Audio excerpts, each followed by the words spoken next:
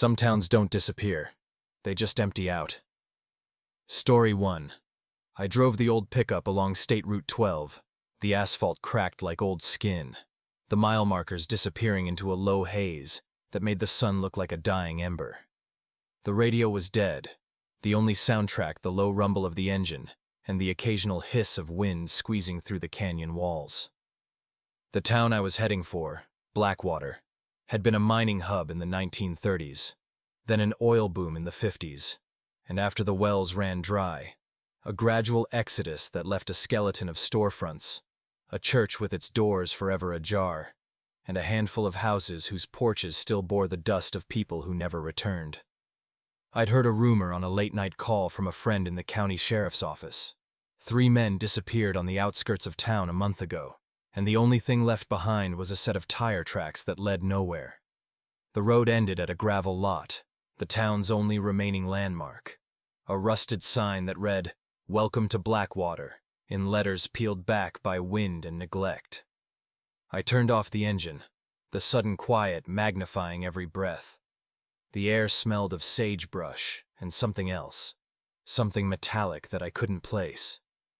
I walked past the general store, its windows smashed, a broken bottle glinting on the floor like a stray eye.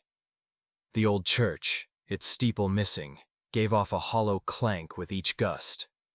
I pressed my palm to the wooden door of the town hall, where a half-opened pane of glass revealed a room strewn with newspapers dated back to 1979, each headline about strikes, floods, and a missing children notice that made my skin prickle. In one house at the edge of town, a porch light flickered, though the bulb was long gone. I stepped onto the porch and felt the boards give under my weight, a soft sigh echoing through the empty rooms. Inside, the kitchen table was set for dinner. A cracked plate, a wilted bouquet of wildflowers, and a single cold cup of coffee that still bore the faint, bitter smell of stale brew. The curtains were drawn, but the thin slats of a broken window let in a sliver of twilight that painted the walls in a sickly orange. On the floor, a fresh set of footprints, shoes with muddy soles, led from the kitchen into the back hallway, then disappeared under a door that was slightly ajar. I pushed it open. The room beyond was a bedroom, the bed unmade, a child's toy, an old wooden horse, half buried under a blanket. A newspaper clipping was taped to the wall, the headline screaming the same "missing men" from the sheriff's call. Beneath it, in shaky black marker, someone had scrawled, "They're still here." A sudden crash came from the front door. My heart slammed against my ribs as I spun around. The porch light was now fully on, bathing the entryway in a harsh white glare. Through the doorway, a silhouette stood, a man in a weathered coat, his face obscured by shadow. He lifted a hand, not toward me, but toward the empty street, as if gesturing at something beyond sight. My breath caught, then I heard a car engine roar to life down the road, headlights slicing the dusk. The figure turned, vanished into the darkness, and the porch lights sputtered out. I ran to my truck, hands shaking, the engine revving as I fled the town's perimeter. When I finally stopped at the next gas station, a clerk glanced at me, his eyes lingering on the dust on my boots.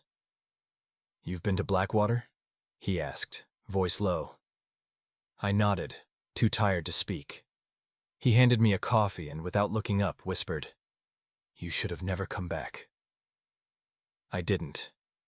I never went back. But sometimes, late at night, when the wind whistles through the cracks in my cabin, I hear a faint, distant clank, like a church bell that no longer has a tower, and the memory of that porch light, forever flickering, stays with me. The question remains, what was waiting for me in that empty house, and why did it feel familiar? The answer, like the town itself, is lost among the dust and the shadows. Story 2. I was alone on Route 27 when my old Chevy sputtered, coughed, and died on a stretch of road that stretched between 2 grain silos and a horizon that seemed to swallow the sky.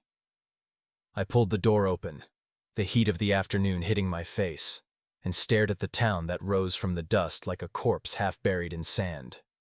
Cobalt, once a mining hub, now a name on a weathered highway sign, looked like it had been abandoned for decades. The main street was flanked by shuttered storefronts, their glass panes cracked, their signage rusted to the point where the letters were indistinct. A flickering neon sign above the Gibson Diner sputtered in irregular bursts, as if a dying heart tried to keep a rhythm. My fuel gauge read empty, and the desert was unforgiving. I walked toward the diner, the only building that still seemed to have a light on, though the bulb was dim, swaying with each gust that rose from the cracked asphalt. The door creaked open on its own, a thin veil of stale air escaping into the afternoon. Inside, the linoleum smelled of sour milk and old cigarettes. A vinyl booth faced a counter that was covered in a thin layer of dust. Behind it, a faded photograph of a smiling family hung crookedly on the wall. On the counter lay a battered newspaper from 1978, a headline about a mine collapse that had claimed 12 lives. The date was smudged, but the photograph of men in hard hats was still visible. Beside it, a handwritten note, black ink on a coffee-stained napkin, read simply, "Don't go out after dark. They're still here." I felt a prickling on the back of my neck as the diner's old jukebox, half hidden behind a stack of dented cans, whirred to life on its own. A scratchy country tune crackled out, punctuated by occasional static that sounded almost like a distant whisper. I turned, expecting to see someone, maybe the owner or a night shift worker. Yet the room was empty. The only movement was the flicker of the neon sign outside, casting intermittent red light across the cracked floor. I tried the door. It was locked. The back exit, a rusted fire escape, hung ajar, its metal bars twisted as if someone had tried to force their way out. I slipped through, the cold desert wind slamming the door shut behind me. The street was silent, the sun now low, casting long shadows that seemed to stretch and curl like fingers. I made my way back to my car, heart hammering in my chest, the desert heat now an oppressive chill. When I reached the vehicle, the engine was still dead, but the radio, one I hadn't touched, was playing a low, static-filled news bulletin about a missing family that had vanished from Cobalt 2 weeks prior. The voice was clipped, monotone, and at the end of the segment, the announcer whispered, "If you hear this, beware the night." I didn't wait to see if the engine would start. I pushed the car into reverse, the tires grinding the cracked pavement, and drove away without looking back. Behind me, the neon sign blinked once, twice, then went dark. I never returned to Cobalt, and I never told anyone the exact coordinates. The note on that napkin, the photograph, the whispered warning, those are the only things that remain, etched in my mind like a scar I can't see.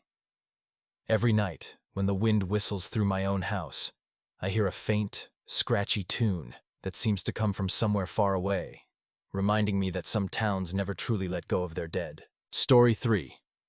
I didn't plan to stop in Cold Ridge. My GPS died somewhere in the New Mexico desert, and the fuel light blinked on. So when I spotted the faded sign, Cold Ridge, Pop 12, I took the exit. The road twisted down into a dry basin, where broken chain-link fences sagged into dust and adobe buildings leaned like tired men. The gas station was still there, barely. The pumps were rusted skeletons under a crumbling canopy. I knocked on the bay door. Nothing. A calendar inside the office window, July 1998, was frozen in time, the edges curled by sun and wind. I was about to leave when I heard it, a soft, rhythmic tapping, like fingers on glass. It came from the old diner across the street. "Mabel's Coffee and Pie," the sign read, though pie was barely legible. The door creaked open before I touched it. Inside, the air was thick with mildew and something else, sweet, like overripe fruit. A jukebox stood in the corner, silent. Booths lined the walls, their vinyl cracked and spilling yellow foam. Dust coated every surface, but the floor near the counter had footprints, fresh ones. I called out. No answer. Then, behind the counter, a coffee cup trembled, just slightly, as if someone had just set it down. I stepped closer. The cup was warm. Steam curled from the black liquid. I hadn't seen a working stove or kettle. Nothing was plugged in. A giggle, high-pitched, childish, echoed from the kitchen. My pulse jumped. I edged around the counter, my boots scuffing the tile. The kitchen was dark, the door ajar. I pushed it open with my foot. Empty. But the sink was running. A thin, rust-colored stream. And on the stainless steel table, a plate with a single bite missing from a slice of cherry pie. The filling glistened, still moist. I backed away fast, heart hammering. Outside, the wind had died. Too quiet. No birds, no insects. Just the endless stretch of cracked asphalt and boarded homes. I got halfway to my car when I saw her. A little girl, maybe 6, standing in the middle of the street. She wore a yellow dress, faded and torn at the hem. Her back was to me. Dark hair hung lank past her shoulders. "Hey!" I called, my voice too loud in the silence. "Are you okay?" She didn't turn. I took a step forward, then another. She began to hum. A tune I didn't know. Slow, off-key. Then she turned. Her face was blank. Not scared. Not angry. Just empty. Like a doll's. And her eyes. Black. Pupils swallowed by shadow. Locked onto mine. I froze. She raised a hand, pointing not at me, but past me, toward the gas station. When I looked, the office light was on. Bright. Flickering. When I turned back, she was gone. No footprints in the dust. No sound. But from the diner, the jukebox crackled to life. A warped, skipping song drifted into the street. Something old, syrupy, about love and summertime. The needle stuck on the chorus over and over. I got in my car. The engine started. I didn't look back as I drove out of Cold Ridge. But in my rear view, in the distance, small figures now, stood in the road. Dozens of them. Silent. Watching. And one of them was holding a coffee cup. I still smell the pie sometimes. In my apartment. In the dark. When I can't sleep. And I keep the lights on. Because in the reflection of my window at night, I see a booth. And a little girl, sitting alone, waiting for someone to join her.